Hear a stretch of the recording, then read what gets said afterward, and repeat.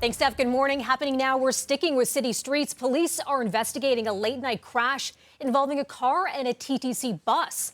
The driver of the vehicle is in critical condition, and a 12-year-old boy has serious injuries. Now, it happened around midnight at Bathurst Street and Haddington Avenue, just north of Lawrence. Officers say it appears the bus struck the car, which then crashed into a tree. Both the driver and child passenger were rushed to a nearby trauma center. No passengers were on the bus at the time of the collision.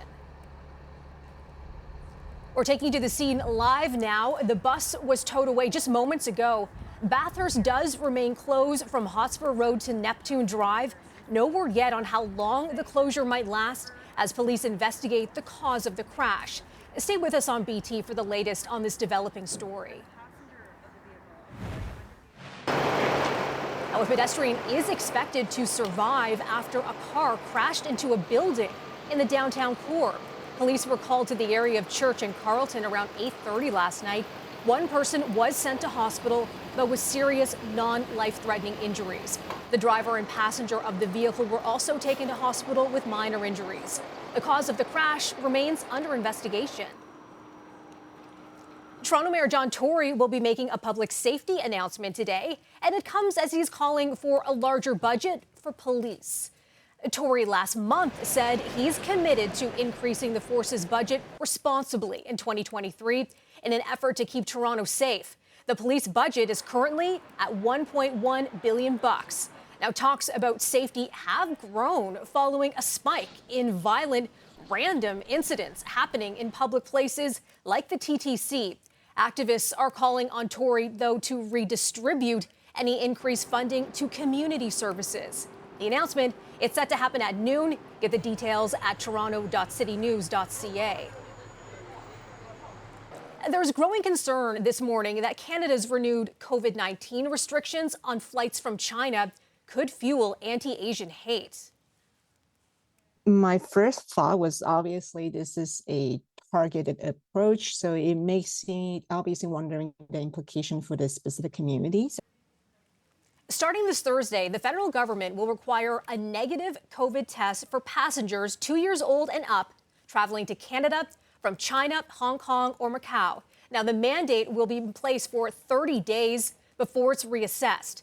China is threatening countermeasures now, saying entry restrictions adopted by some countries like Canada are excessive and lack scientific basis. In July 2020, Stats Canada released a report finding Asian Canadians face the largest amount of harassment or attacks based on race, ethnicity, or skin color. Chaos continues at airports, at Canadian airports, and beyond, as some Sunwing travelers from Saskatchewan say the airline is leaving them in other provinces. Now, one man claims his group piled 11 people into 3 cars on New Year's Eve to get home to Prince Albert after Sunwing left them in Calgary. Another passenger says her Sunwing flight from Mexico to Regina had dozens of empty seats, that as hundreds scrambled to get home after winter storms disrupted travel. Here in Toronto, many who have now returned home from vacation, they're still trying to find their luggage that was left behind for their entire trip. My dad is a stage 4 cancer, and his chemotherapy medication was in the luggage. And we didn't have it during our stay. We have a 6-month-old baby, as you can see, and a wife, and no luggage. We were without clothes, without diaper, without food, without everything. We bought some basic toiletries, things like that, but we basically went on holidays with just the clothes on our back. Wow, last week, thousands unknowingly went on vacation with their baggage, without their baggage, after a conveyor belt at Pearson's Terminal 3 broke down.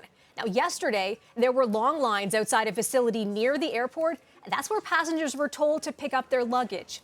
Air passenger advocates say the government needs to do more to protect travelers. The Canadian Transportation Agency has reportedly received a soaring backlog of over 30,000 passenger complaints.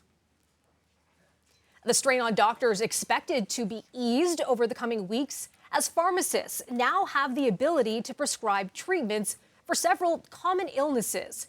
The province says pharmacists can now prescribe treatments for a number of common ailments: things like pink eye, urinary tract infections. Now, the new program comes at no extra cost to Ontarians. Residents are asked to check with their local pharmacy to find out if they're ready to make those prescriptions. Coming up at 7:30, the head of the Ontario Pharmacists Association joins us live with what you need to know in order to access these pharmaceutical treatments. We'll answer some of your questions coming up then. For now, though, we're going to head over to Dina and Sid. Happy New Year. We can still keep saying that, right? Yes, of course. Happy New Year to everybody at home and to you, Melissa. And